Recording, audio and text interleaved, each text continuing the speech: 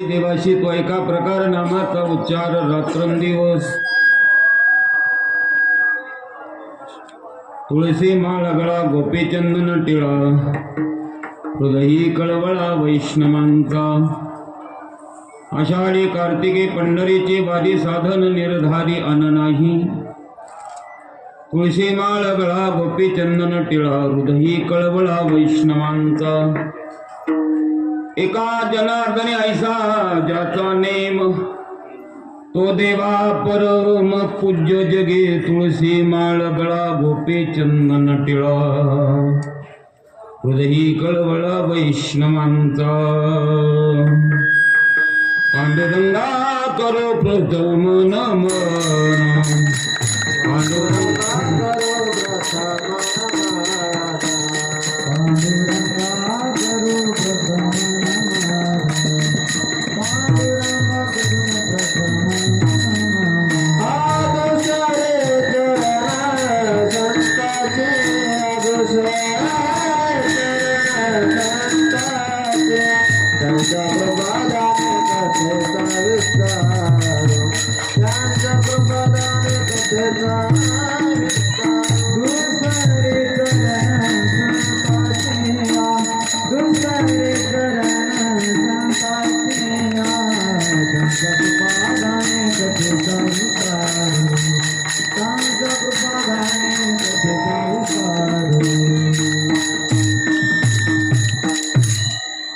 पांडुरंगा करू प्रथम नमन दुसरे चरण संतांचे त्यांच्या कृपादाने कथेचा विस्तारू बाबाजी सद्गुरु दास तुका समचरण सरोजम सांद्र निलंब दामम जगननिहित पाणी मंडन मंडनानम तरुण तुलसी माला कंदरम कंजनेत्रम सदैधवलहासं विठ्ठलं चिन्तयामि श्रीरामचंद्र कृपालु भजमहरण भोगोये दारुणम नवकंजलोचन कंजमुखकर कंजपद कंजारुणम आत्मरूप गणेश केलिया स्मरण होय सकळ विद्येंचे अधिकरण तेची वंदू श्रीचरण श्री गुरूंचे ते नमस्कारून आता माझे दंडवत आता माझे दंडवत तुमच्या संता चरणाची तुमच्या संता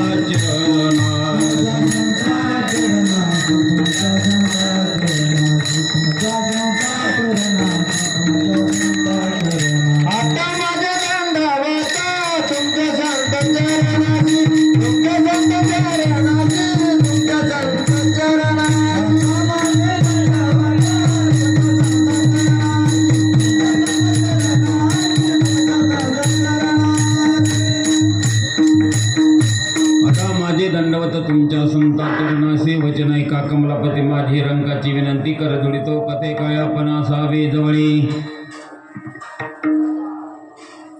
आवडे देवाची तो ऐका प्रकार नामाचा उच्चार रात्रंदिन तुळशी माळ गळा गोपी चंदन टिळा हृदयी कळवळा वैष्णवांचा प्रस्तुत कीर्तन रूपी सेवी करता निवडलेला अभंग महान भगवत भक्त संत सम्राट विश्ववंदनीय महाराष्ट्र भूषण मोबाईल बंद करा आवाज असा स्पष्ट करा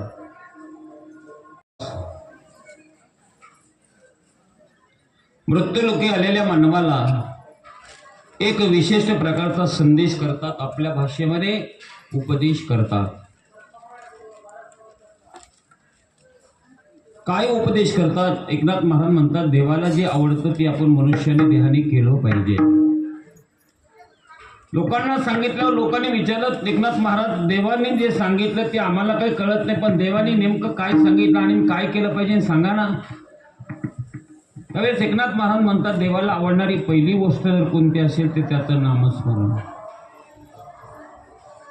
ते नामस्मरण कसं करावं त्यालाही शास्त्र सांगितलं म्हणजे आम्ही नामस्मरण करतो आणि एकनाथ महाराज तुम्ही सुद्धा नामस्मरण करता तुमच्यात आणि आमच्यामध्ये नामस्मरणामध्ये काय फरक आहे महाराज दुसरा प्रश्न विचारतात, या जगतामध्ये नेमकं कोणत्या देवाचं नामस्मरण करावं असं तुम्ही या अभंगामध्ये सांगितलंच नाही. पण ज्या देवाचं नामस्मरण करायचं तो देव आम्ही पाहिलाच नाही, मग त्याचं नामस्मरण करायचं नेमकं कसं? आणि चौथा महत्वाचा प्रश्न आहे, देवाला जर या गोष्टी आवडतात तर बाकीच्यांना का गोष्टी आवडू नये? त्या 4 गोष्टीचा विस्तार आपण करायचा आपल्याला 10 मिनिटांमध्ये. महाराज तुम्ही आम्हाला सांगता देवाचं नामस्मरण करा, देवाचं नामस्मरण करा. तुम्ही देवाचं नामस्मरण केलं का? बरं केलं असताना तुम्ही देवाचं नामस्मरण नेमकं कसं केलं आम्हाला सांगा, म्हणजे आम्ही करू. एकनाथ महाराज गोड उत्तर सांगतात, महाराज तसं जर देवाचं नामस्मरण केलं, एकनाथ महाराज सांगतात, तसं देव आपल्याला या जन्मात भेटल्याशिवाय राहणार नाही. सुखे से ब्रह्मानंदा गावो राम नाम सदा लोहे मग बाधा काळ दूत यमा सदा नाम घोष करू हरी कथा सदा नाम घोष करू हरी कथा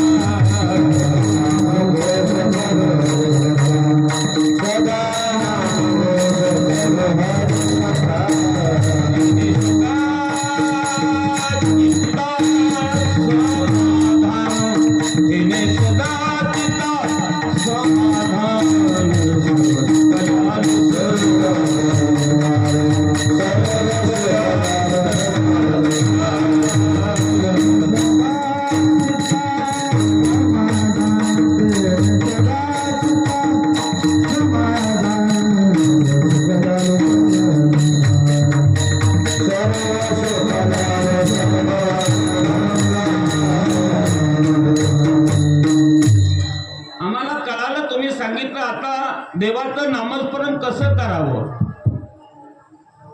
एकनाथ महाराज म्हणतात, आम्ही ब्रह्मानंद सेवन करतो, पण ते नामस्मरण करत असताना गावो राम नाम सदा, आम्ही रात्रंदिवस देवाचं नामचिंतन करतो. तुकाराम महाराजांना विचारा, महाराज आम्हाला एकनाथ महाराजांनी अभंग लिहिला, गावो राम नाम सदा, याच्यातही देवाचं नामस्मरण सांगितलं नाही, कोणत्या करावं? ज्ञानोबाला विचारलं, ज्ञानोबा सुद्धा सांगतात की मी कोणत्या देवाचं वर्णन करत नाही, पण त्याचं रूप सुंदर आहे, त्याचं मुख कमल सुंदर आहे, त्याने कटेवर हात ठेवलेले आहे, त्याची नाकाग्र दृष्टी आहे, त्याच्या कानामध्ये मकर कुंडल घातलेले आहे, असा भगवान परमात्म्याचं पण त्याही अभंगात कोणत्या देवाचं चिंतन सांगितलं नाही. महाराज आम्ही नेमकं भजन करायचं, कोणत्या देवाचं करायचं सांगा ना. त्यावेळेस या जगतामध्ये कोणत्या देवाचं भजन करावं, फक्त जगद्गुरु तुकाराम महाराजांनी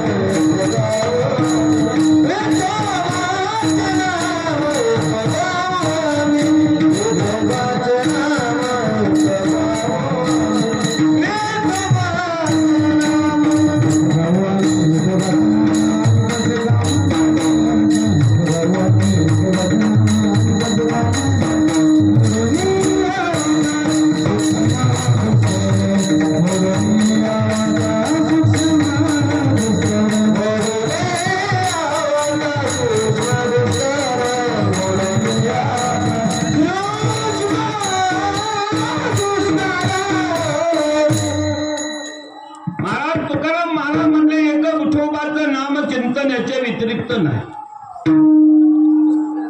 लोक म्हणे महाराज विठोबा शब्द उच्चारायला जरा रग लावून बोलावं लागेल. सोपं सांगा ना.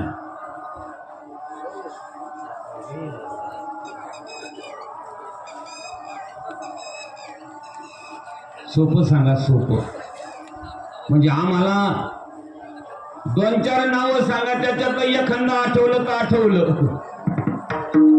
महाराज मध्ये एकच नाही, मी 4-5 देवाचं नाव सांगायच्या पैकी कोणत्याही घ्या. रामकृष्ण हरी विठ्ठल